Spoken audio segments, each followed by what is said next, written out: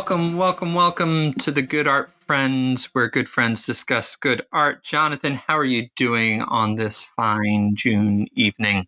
I am doing well. We are past the sports equinox, but we are getting into the sports solstice, but we're getting into the sports equinox. We're in the middle of the College World Series. Mm. The finals are happening. The Stanley Cup finals are happening. And the MLB All-Star Game is right around the corner. So we're approaching the resumation of the winter sports, which is so weird to think about, that the finals are now and the season starts in like 4 months. Yeah, it does wrap around quite a bit. And we got Olympics coming. Love the Yes. Olympics. No curling in the summer, unfortunately. Love curling. But no, yes, but Olympics we are always get great. track and field. We get to watch the mile, the 800, the 100, long jump. We get to watch Sydney McLaughlin-Grovroni challenge for the world record. We get to see challenges for the mile world record with Josh Kerr and Jakob Ingebrigtsen. We get rugby. I adore the Summer Olympics. That's you sir are a well of knowledge, because it's just tossing all those names out there. I still don't know if you're messing with me. You might have just made them up on the spot. But I believe you. I choose to believe you, friend. Thank you. Okay, but before we get into some of the topics, let's start with our spoiler-free Miyazaki Minute. So yeah, you assigned me. Actually, I think I requested it. Spirited Away. Mm-hmm. Yeah, when was the last time you've seen that? Do you recall? I recently saw Spirited Away, I think, in November last year. It was the last one that they were showing in the Studio the Ghibli festival. Yeah. It was stunning, incredible. So I did watch it with my 7-year-old. This one was a bit much for her, especially. We don't use spoilers here, but there's some creepy spirits inside that magical little location, and some of them broke her a little bit. That's fair. I think that one really does push at the upper edge, because it does get scary with Yubaba also. Like, she can be scary. Trying to think next to the other like more conflict movies. I do think Spirited Away is probably the scariest. Yeah, there are some almost horror-esque elements that I think was kind of tougher. She really wants to see Howl's Moving Castle. I'm going to do that in maybe a couple.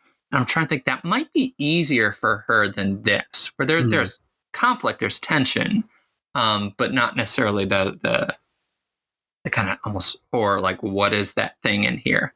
But in terms of the movie, but I loved it. It was beautiful. Again, every frame of painting. Some of those moments, I mean, I'm a sucker for train. There's some good train scenes, and just the character arc of the beginning of the movie. She's, new location. She's scared. Her parents need to drag her, and yeah, just how she grows as a character. So love it. I was thinking, if it's okay with you, since you are my Miyazaki mentor. Eva did see the poster for Kiki's delivery service. Yes. And that seems like that might be able to get her back on the train. So yeah, I'm thinking doing that next. I watched Kiki's. That was the first movie that I watched in 2024. Interesting. I watched it, I think, probably on January 2nd. Maybe, or maybe even on January 1st, it might have been to bring in the new year. But it's so delightful. Like, my review for it is just like, I want to live here. And it's also just really precious to me because, like, Kiki is turning 13, and my niece is turning 13 this year. Yeah. And just looking at the parallels of, I'm ready to go be my own person. And it's just, it made me warm. Yes, I look forward to it, and I'll tell you, what our thoughts were when we meet back. So again, how these episodes work, the first half is spoiler free. So we're just going to talk generally about our topic. And then the second half will have a little break. There'll be a little music. There'll be a timestamp in the show. Then the second half will be in the spoiler filled section. So, let me see. I'm going to stretch myself with this segue here. So one of the things I love about Miyazaki is that singular vision, comes through in his works. And I think that applies to this month's topic. So, Jonathan, what are we talking about this month? Today we are talking about the smash hit so far of the year, at least until Hades 2 comes out, Animal Well. Yes. And it struck me. What are your thoughts right now about like kind of the state of video games? They feel kind of bad. They feel kind of bad. The last game that I finished playing that I got a credit roll on was Hi-Fi Rush. Right, yeah. Hi-Fi Rush, if you remember, came out in 2023. And it was this game that had been in development for a couple of years or so. This like cel-shaded, really colorful rhythm action platformer, which is everything for me. And Microsoft had a showcase. I can't remember, it was at E3 or whatever. No, I think E3's dead, which is part of this whole conversation. Yeah. But yes, somewhat recently. And they had a showcase, or it might have been a Summer Games Fest. And they're like, oh, here's a trailer for Hi-Fi Rush. And everybody looked at it and like, wow, this game looks really cool. And Microsoft's like, I'm glad that you think so. It's available right now. They literally shadow dropped a game that became a huge hit. And everybody loved it. And then 3 months ago, Microsoft was like, hey, by the way, the people who made this game were closing down their studio. And they closed down like 6 studios, including Roll 7, which made the Ollie Series. So like I originally played Ollie 2, subtitle Welcome to Ollywood. And then they put out Ollie World either last year or 2 years ago. And it's a skateboard side-scrolling platformer. It's very much a skill game because it requires like complex input to do the tricks and land the skateboard and land on the platforms and keep everything going. But yeah, I mean, these are studios that made fantastic games. And then not even to mention my favorite game, the game that built a lot of my current community of Destiny 2, with them letting go of a lot of people within Bungie, including community managers. And it's been a rough go for games right now. If you look at any headlines about the state of video games, it's really, and I'm thinking about this now because I just saw this on a t-shirt when I was at Target. You remember the tweet during the pandemic or it wasn't during the pandemic, it might have been 21, when Elmo tweeted out, Elmo just wants to know how everybody's doing. People just trauma dumped on Elmo. That poor Muppet. Yeah. Yes. Not great, Elmo. Not great. Not great.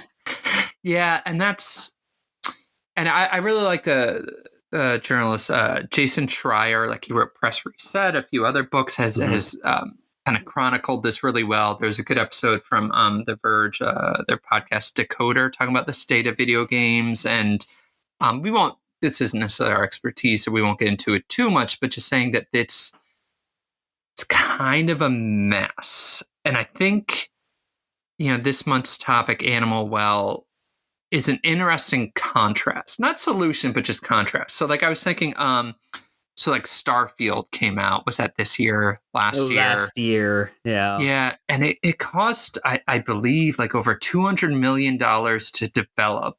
Over 500 staff members working on it.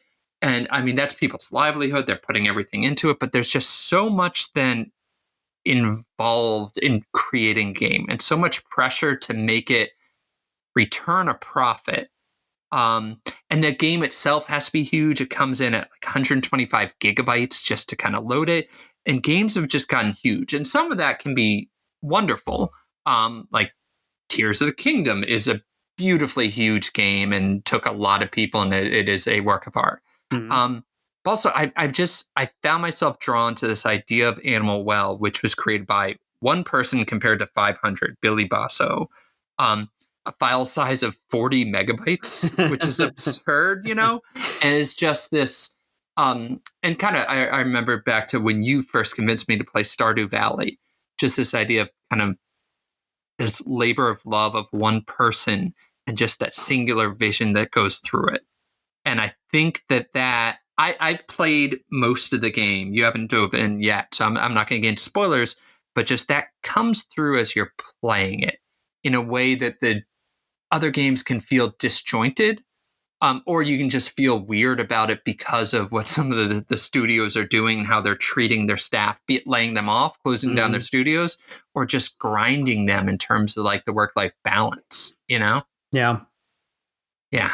So it's a Metroidvania game, which, if you're unfamiliar, just is this idea, and correct me if I'm describing this poorly, but just you got a map and you navigate to it, but there's going to be certain dead ends.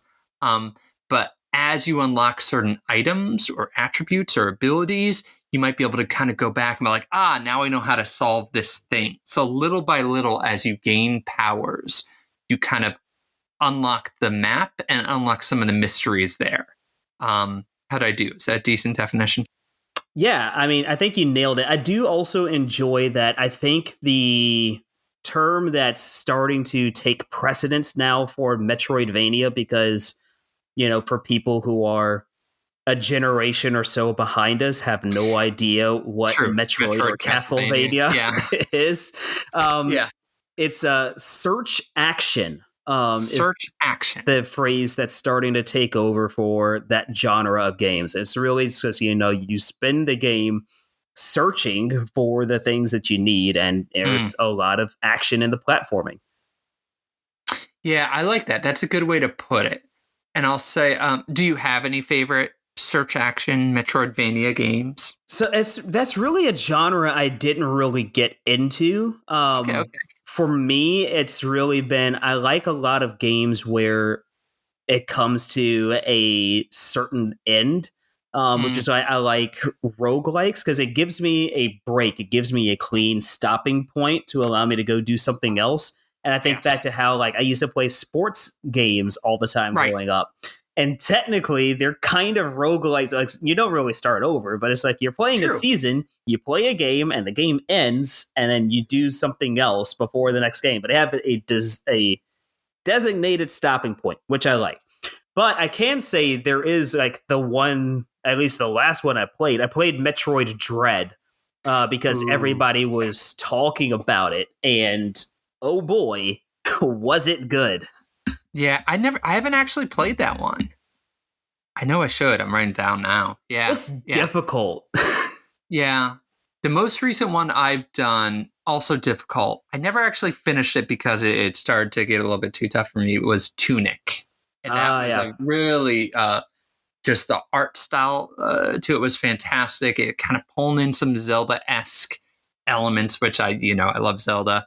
But that was really good. But yeah, and I grew up with the NES, so some of those early Metroidvanias really spoke to me. So this one definitely had an air of nostalgia in terms of the genre, but also like that pixelated art style, Yeah, I'm excited for it.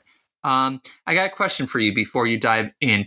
What is your approach to using guides when playing video games? I like to do as much that I can without external help, mainly because it's a lot of fun to discover something. Yes. And just to find your own ways to do it. Because a lot of times you'll be given multiple routes of solving a puzzle, and sometimes people will unintentionally solve it in the way that is definitely not intended. Yes. Which is very funny. But I like to go after games and just go in and do them, which, like, for me, I ended up being very much rewarded when I played Death's Door a couple of years ago. I've read about that one. Yeah, yeah. Death's Door is a beautiful game. It's a follow-up to Titan Souls, which is a top-down boss fighter. Like, you literally, the entire game is just fighting bosses, and you're a person that has 1 HP, and your only weapon is a bow and a one singular arrow that you can recall back to yourself, or you can go pick up. It's brutally difficult. But Death's Door is also hard, but I found it to be fair in its difficulty. It's easier. It's much easier than Titan Souls, but it's still not easy. But there's a lot of collectibles to find in the world, and I found the majority of them without needing a guide. Okay. And I was just really happy about that. And I felt that this is just good game design, that it'll allow you to discover, you understand the places that you are encouraged to discover. And I enjoy that. And when I've used a guide to find the last thing, I was like, oh yeah, this feels pretty good. So yeah, I like to go in pretty by myself, but I'm also a bit of a masochist. So there's that. Okay. So yeah, because that was going to be my advice to you and anyone listening, just that of delay Googling answers as much as you can, especially for the first, I'm going to say, part of the game. The other thing that I think you kind of touched on is that the idea of, I don't know, functional fixedness. Is some of the items you get can be used in creative ways. So think if you hit a point where, like, I don't know how to get past this, one, think creatively about what objects you have. But then two, think of, it might be just, oh, you don't have the right object yet. Okay. So I'm gonna leave you with that. All right. Anything else you want to know before diving into the game? Man, I mean, I would ask, but I feel like everything is on the name of the game. It's all on the tin. It's a well of animals. It's when we come back, we'll talk about lore and the use of text and some of those kind of things. Just the story. We'll talk about the story behind the game too. I think that'll make for an interesting conversation. Okay, you ready to go play? Well, before we do that, I do want to also talk about one more game made by one person that you did not bring up, and that is the surprise, well, not really a surprise smash hit, because it was something that I had been waiting for a long time. Smash from last year of Balatro, also made by one person. So if you're not familiar with Balatro, it is a poker-based deck-building roguelike. Oh, you love deck building. You love roguelikes. So yeah. Yes, and you score points by playing poker hands that you draw from your deck. And did you make this game? No, I did not. But here's the best part. The best part about Balatro is that the creator had never played poker in his life. I love that. That's wonderful. Yes. Oh, that's just such a wonderful kind of idea of just like, why do people create art? Something we've talked about throughout this podcast a bit. And I love this idea of this person drawn to do something on their own that other companies are doing with like 500 people around a concept that they're like, poker, huh? Yeah. Be the change you wish to be in the world. Perfect. Okay. We'll leave it at that. We'll come back when you're done playing the game. We'll talk about it. All right. Ready? I'm ready.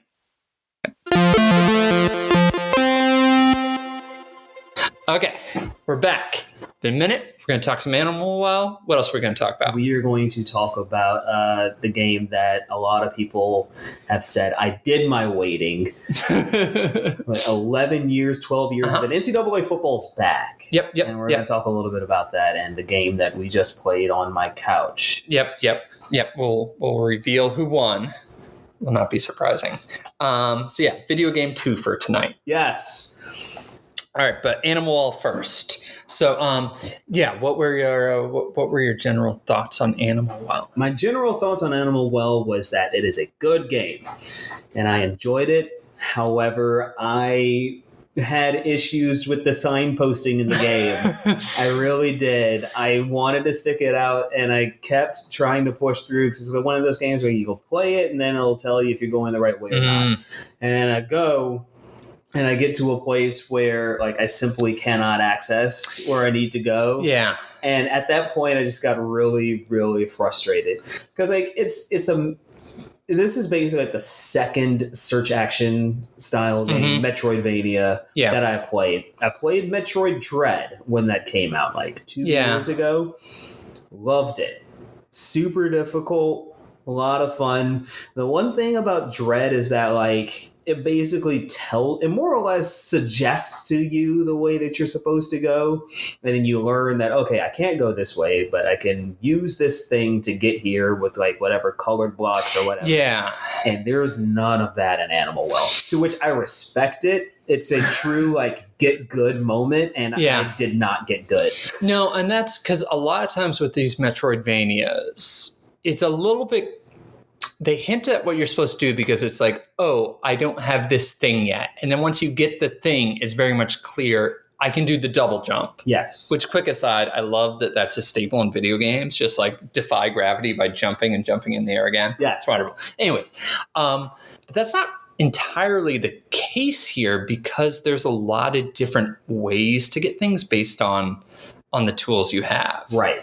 And there was a few of those moments with some of these tools that just kind of blew my mind. Like the first time I accidentally, so the disc, the Frisbee, the first time I accidentally threw it and jumped and landed on it and then realized that it could just like transport me places. Yeah. That was beautiful. Huge moment. Yeah, or getting like the dogs to chase the disc as a way to like get past that like floor is lava part. Like the bubbles, figuring out like, oh, I can jump on the bubbles and figuring out the strategies for to do that, or knocking back enemies with it. Yes, the yo-yo that can basically like crawl on any surface at any angle. Yeah. Firecrackers scaring off some of the animals. Like that part was cool. So it's that like you get into a room, and especially as you get more and more, I feel like you were just a little bit away from a threshold where you had enough tools where you get into a room and you're like, let's see what the yo-yo can do here. Let's see what the Frisbee can do here. And so on. That's where there's a bouncy ball where it just wreaks havoc and just bounces everywhere around the room until it may or may not like break something. So little moments like that I thought were wonderful. But to your point, yes, there's no signposting. There's no dialogue. There's pretty much no text. Yeah. There's not even really music. It's just more atmospheric, which just gives the whole thing it's just this simmering minimalistic mood that you settle into. Yeah, I also struggled a little bit there because like the whole time, like you get the unconscious thing. Most recently over the weekend, I watched God's Own Country, which is a movie that came out in 2017. I tried to watch it then. I had issues with the main character. I put the movie down. Came back to watch it this weekend because my friends were like, this movie's great. You should watch it. Got my way through it. It's a movie that has like 3 songs in it with 3 scenes with music in it. Yeah. And the first one happens an hour in. Okay. So it's a movie where it's just like, it's basically like farm animals and people walking and talking, and the sounds of them walking and talking, and them, just the dialogue. So it's a lot of empty space, and it's very much like you're almost on the edge of your seat. I felt like I was holding my breath almost the entire movie. Yeah. And it was something like that with Animal Well, except it was more unsettling. I cannot lie. Very much so. Yeah. Yeah. In a way that you can't really pinpoint because they don't tell you much. You don't even really know what you are. Spoiler for like the end game. Actually, let's go through the levels to the game, which I thought was kind of neat. So if you don't want to So the first level is just you're going for the 4 flames, Yes. right? And if you get that, spoilers coming for this game, you enter the secret room, and all of a sudden there's like this TV. There's a mysterious kind of like, what is this well? You can get a fanny pack to hold more candles and stuff like that. Oh, and I'm gonna go really geeky and compare each level to a James Joyce book. Great. So the 4 flames, that's like Dubliners. It's certainly challenging, but it's something that you can kind of dip your toes into. You can kind of follow it. It's just a matter of whether you want to get through all the short stories in Dubliners. It's a matter of whether you want to, go through all the flames there. So once you get that, then the next layer, the next challenge. So you finish it, you're like, okay, that was interesting. But then there are those eggs, and there's the next layer is trying to get 64 eggs. So this to me is like Ulysses, which I've tried once or twice and then tapped out on. And so I got a decent amount of eggs, but at that point it was just a little bit too challenging for me. And then from there was a third level, which is like Finnegan's Wake, which James Joyce, like, people still don't understand what the actual plot and story of this book is. There are 16 bunnies and these esoteric puzzles. Like each player, each version of the game, you get a little 4x4 grid. And you have to connect with 50 other people to solve this puzzle just to get like one of the 16 bunnies. So that is just a real like mindfuck, like what is going on? And from there you get into a secret island, and there's this giant bunny that swallows you and then like poops you out, which gives the theory like, was this dude just a giant turd the entire time? Which, yeah, maybe. And there may even be more levels to it. And again, all this was created by one guy. Yes. Basso. And it's just, there are these like wingding kind of messages throughout that people are still trying to figure out. There's all this just bizarre, curious, enigmatic stuff. Like there's a giant groundhog at one point that just doesn't respond. I did see about the groundhog. Yes. What do you have to do? Did you see? You have to visit the groundhog on groundhog. Yes, you change the date, and then it'll give you like a yellow heart or something like that. Mainly because like I got to him and I'm like, what? How do I get to this door? Because there's a door on the other side of it, and I'm like, what do I do in this room? And they're like, oh, this is the groundhog. Do this thing. Yes. It's great. There's if you play Canon and D on the flutes, you'll get a duck figurine. Great. There are just all these little things like that. And you and I have talked about this before, where I'm more interested in video games oftentimes like in theory than actual and like practice. And this game is just fascinating, from the mysteries to the size. We have to let your cat out. Yeah. Speaking of animals. Yes. Go ahead, Theo. The thing about Theo is that he knocks very politely when he's ready to go out or in. Yeah. And the other part about that is just that he is so large that if he had opposable thumbs, he could open the door himself. Yeah, he's close. Yeah, he is the most polite animal that I know that will bite me every 12 seconds. That's Theo. Yeah. That's him. So, okay. So, yeah, Animal Well. It's fascinating, and it's cheap. It's like a tiny game. It's worth tinkering with, I think, just for the mood, just to see how it strikes. Yeah. Yeah. So from my end of Animal Well, of like, for me struggling and like having a feel bad moment trying to get through everything, I ended up playing some other things in between. Okay. So for my birthday, I got The Plague, and I wanted to play a really like relaxing game. I wanted to play something that didn't have a failure state in it, and so I played A Short Hike. Oh, what do you think of that? It was delightful. It seems it, yeah. And it's such a meta. It's a very meta game. And it's a little bit about anxiety, and it's just about just learning to exist in the environment. Okay, it sounds very Celeste-esque. which is hard Celeste to say. is another game that I played in between here. Okay. Yeah. I finally finished up the resort level because like one of my friends was playing it, and I'm like, do I still have these reflexes? And apparently, I still do.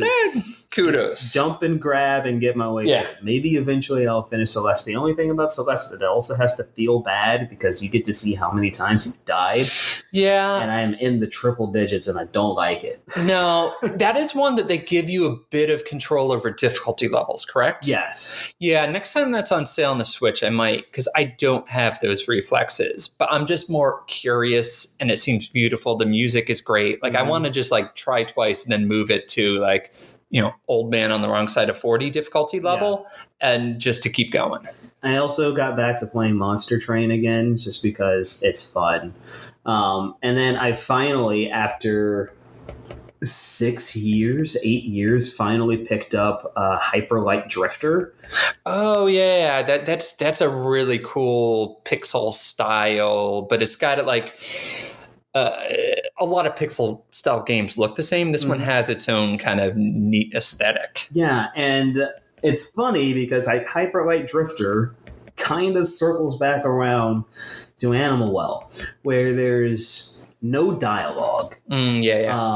There is music in the game, but like there's no dialogue. There's really no explanation to what's going on. You can quote unquote talk to the characters, and they will give you information in like pictures, in like 3 pictures, and it's up to you to interpret that how you see. Cool. So you get to build the world basically in how you see it in your head. That's pretty There are people online who are putting stuff together and say, this means this and this happens. Yeah, that kind of... And that's just... Art in the age of Reddit, I think, is interesting. Yeah. Because be it that or like Apple TV, I really like the murder mystery show, The After Party. There's just 2 seasons and it was canceled. And to give these little things for people that want to go really deep in a way that you just couldn't when you're just waiting for your next month's issue of Nintendo Power Magazine or something like that. Right. I think that's really cool. And you get that with with Animal Wild. It's like, I need 50 people to figure out what these grids are saying, and or likewise, like what you're talking about. Yeah. I think that's neat. And what's very exciting about this, the little thing for next episode, we are going to be diving super deep into some stuff next episode. Okay. Yeah, we'll talk about that soon. But first, let's transition from a game that was probably a little bit too much for you to a game that was a little bit too much for me. NCAA Football. Okay, so tell me about your thoughts on this game so far. You've been playing for a while. Yeah. You invited me over. I played a game. It was close for a minute. It was close. I was playing as Illinois. I had Spencer play as State. We're here in Raleigh. Go State. Go Pack. We like the red team. I'm going to my first state game in 10 years. Oh, wow. It's been that long. Because, my old job, I'm working in sports, I was literally all football season. I was either... Oh, yeah. Every Saturday booked. And then the bye week would come around, and by the time I'm like, oh, well, maybe I might go to a state game, and the tickets are all sold out. Yeah. Right? I joined the text list to get seats super far in advance, and I have tickets to a game that I still don't know what time is kicking off because the ACC is the way that it is. Yeah. And honestly, it's one of those things which is really an example of how much college football has changed in the last 11 years. The game, the video game, and the game itself. Because 12 years ago, 13 years ago, you would be upset if you bought a ticket to a game, you didn't know what time it was going to be, and you wouldn't find out until 2 weeks or the week before. Yeah, and that is fascinating about this game, just because it is this time machine. Because the last one was 2014, I believe. Yes. Do you know? I was looking into it. Do you know who the last cover athlete was? It was Shoelace. Yep. Robinson. Shoelace. Yeah, that was great. That was great. Yep. Yeah, and so much has changed in terms of conferences and video games and NIL and how we think of student athletes and compensation and all these kind of things. And it's wrapped into it, not just the jump from the game itself, but also just the role that players play in compensation, all that. Yeah. It's so weird for me to think about the fact that you and I have both been alive to see the Pac-8 become the Pac-10 and then the Pac-12, and now it's 2 and it's still the Pac-12. The Big Ten had 11 teams ever since I was born, and now it has like 14, 18 or something like that.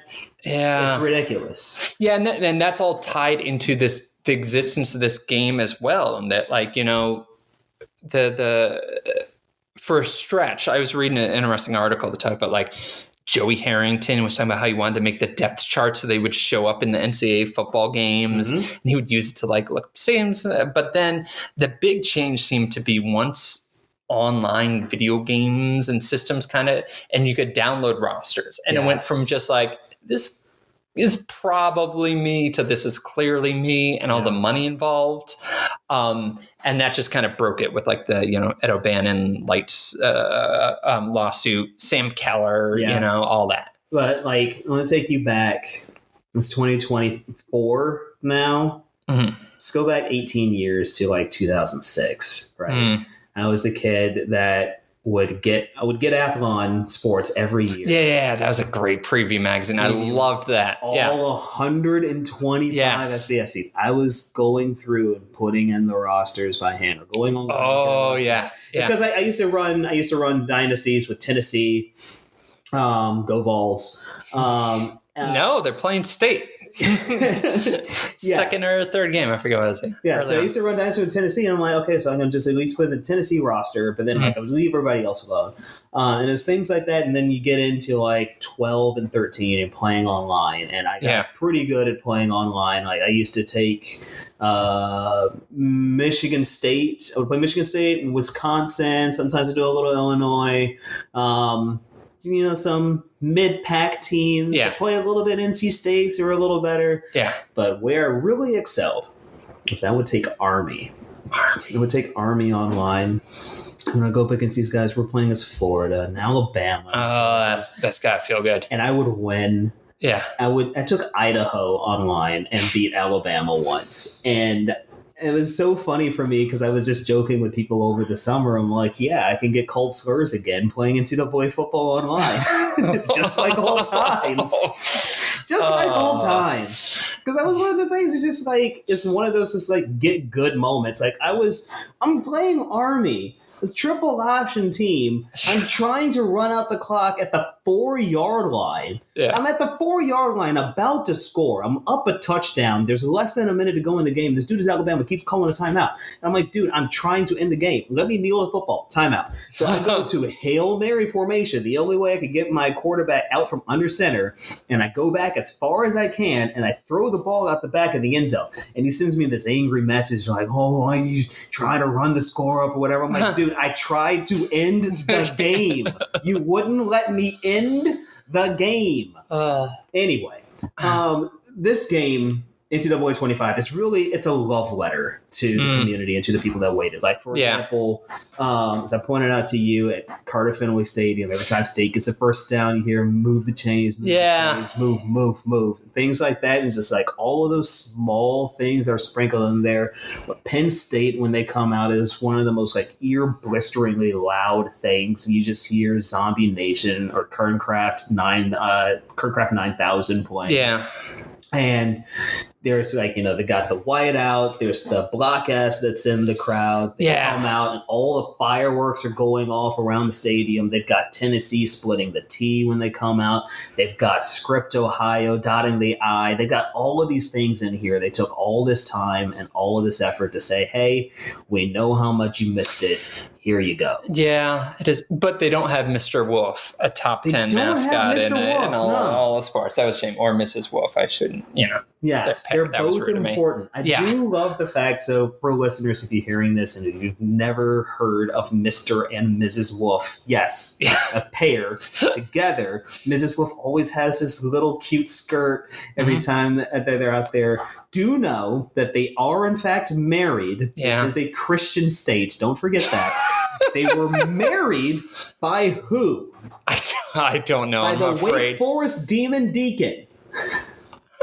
How about that? And every so often they will renew their vows, and the deacon will be there for them together. And after each game, Mr. and Mrs. Wolf kiss after the Alma Bible.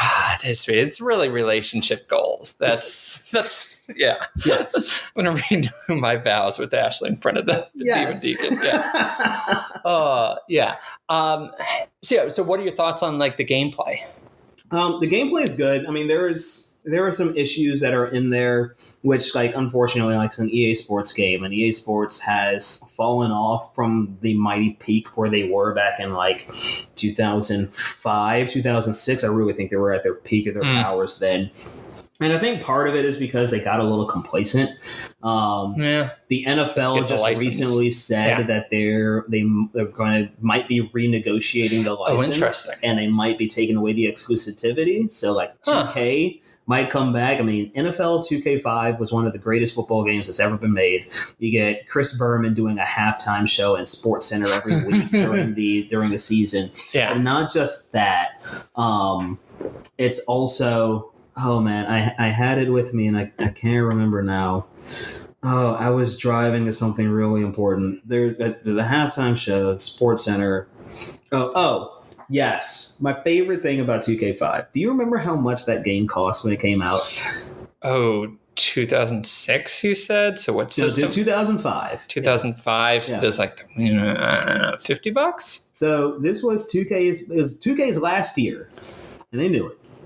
They dropped that game for $29.99. Oh, against Madden for like $59.99. Yeah. Because it was so cheap, I got both. But like 2K was like, yeah, we're going out with a bang, and they put out the best football game that's ever been made. That's kind of cool. I mean, I think you owe an apology to Tecmo Super Bowl, but second best football game that's ever been made. Yeah. Oh, that's it. Yeah, it was more intuitive than I feared. I mean, how much did you beat me by? I mean, by one. Yeah, that was closer than I ought to have been. I threw 4 interceptions and 1 pick six. Yeah. I could not see the black jerseys in the shadow. That was part of my strategy. And then you figure out my strategy was throw it to Kevin Concepcion every single play, and that's the tide turned a little bit. Casey tried to eat me alive. It was pretty good. But yeah, I do. And going back, this is, old man yells at cloud kind of part. But yeah, I did make me think of like those old Tecmo games where it was just, I like the simplified approach. Mm-hmm. Anybody can pick up and you can learn it in like 4 or 5 minutes. Mm-hmm. It also made me miss the NHL, the early games on Sega, where you can take cheap shots. There's no way to take cheap shots. And that just didn't feel... That felt like an oversight. Yeah, maybe they'll come in a patch. I don't know. Can we step into a autistic corner for a minute? Because I went down a deep well about like the compensation. Yes, so I thought it was kind of fascinating. No, so this is important to me. Yeah. So one, actually. Here, I'll just give you some. I'm not going to give you like the whole history of like players on it, but do you know that there are a lot of notes? There are a lot of notes. Like I said, autistic corner. Do you know that the first athlete, as far as I could tell, to show up in a video game, like be compensated? I do not. I saw Dr. J in '84. It was paid like $25,000, and then after that you had Bird and Dr. J and Larry Bird go 1-on-1. Yeah, which was wonderful. So yeah, and then you have, and that kind of gets into, pro players could be paid and it would be part of the union unless you're like Barry Bonds. Remember, he would have just like what was his name? Down. Yes, thank you. But the college players were non, which led to the lawsuit, all those kind of things there. Yeah. And then, so now with this game, the biggest hurdle was figuring out that compensation piece because the players, there is no players union. And in fact, college athletes, and this is the big thing they got to figure out, they're getting paid through NIL, name, image, likeness, but they're not recognized as employees, which is kind of absurd. So they can't build it in that way, which is typically you work through the players union. So essentially it becomes just this player by player kind of thing. So it was an opt-in for players at all 134 FBS programs. Do you recall how much each of them got paid, what the compensation was? I do remember, but I'm going to let you share it. Yeah, $600 and a copy of the game. Yes. Yeah, which is great. A copy of the deluxe edition. Yeah. Which meant that you got 3 days early access plus You got some stuff for Ultimate Team, which is basically Ultimate Team is the quote unquote card collecting version of the game. It's a different game mode where you can put together an amalgamation of players, both past and present. Yep. Okay. So wait. Quick aside then. So players past, how's that work for one? So all the previous players had to be compensated? There's not all. I think it's just to select players. Like, for example, like Peyton Wilson, recent grad is in there. But like, also, I don't know, Barry Sanders? Barry is very protective of that's true. Yeah.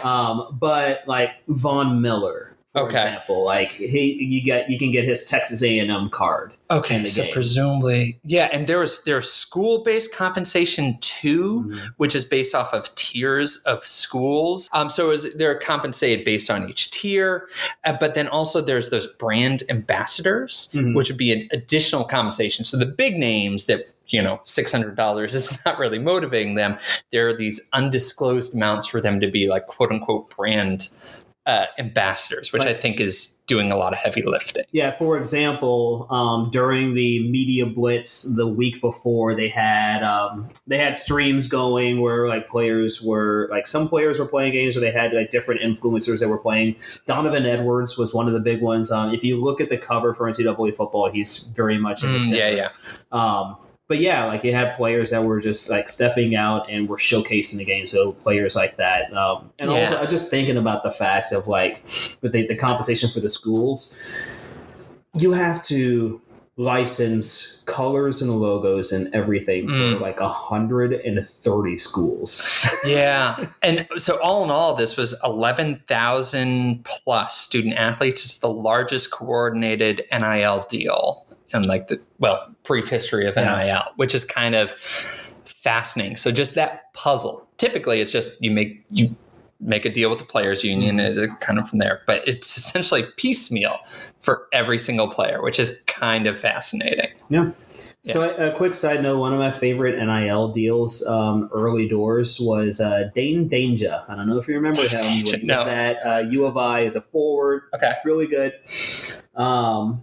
And he had this advertisement with him in this big winter coat, and he's got his arms, like he's chilling on his arms, hands on his arms. And the ad was, "Don't be in danger this winter," because it's for an HVAC company. HVAC. I love it. Great. I love it. Okay. All right. So any other thoughts on the game so far? I do enjoy the fact that they do have a lot of the school songs in there. Some things are incorrect. Like, for example, with Illinois, when they score a touchdown, they play through Oski Wow Wow Illinois. They play through it a little bit up until the part where it goes into the main part of the fight song. And I don't know if you heard, but like before the field goal, it went into this big long note and it slowed down. It's supposed to pick up right after that in that same spot, but they don't have it in the game. So that's why you missed the field goal. A little frustrating that they do that. But fun note, Drum Corps International Superstars, very well-known corps that have won a lot of the championships. The Bluecoats, they did all of the band music for this game. Cool. Yeah. That's pretty neat. Okay. That's good. All right. So this was our video game month. What's coming next month? Oh, boy. Next month, I am going to apologize in advance, but I'm also not sorry about this at all.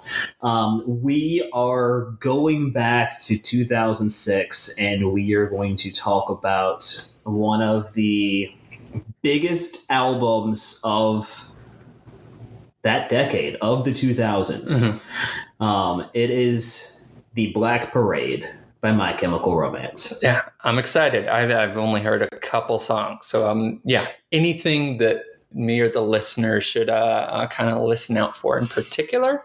So this is an album where there is a lot that goes into it. Like, there's the surface story about them recording the album, and then there's the story of the album itself. This is an album that I'm not going to say it resurrected, but it really did bring back into the forefront the idea of a rock opera. Okay. All right. Well, we'll talk more about that next episode before the spoiler section.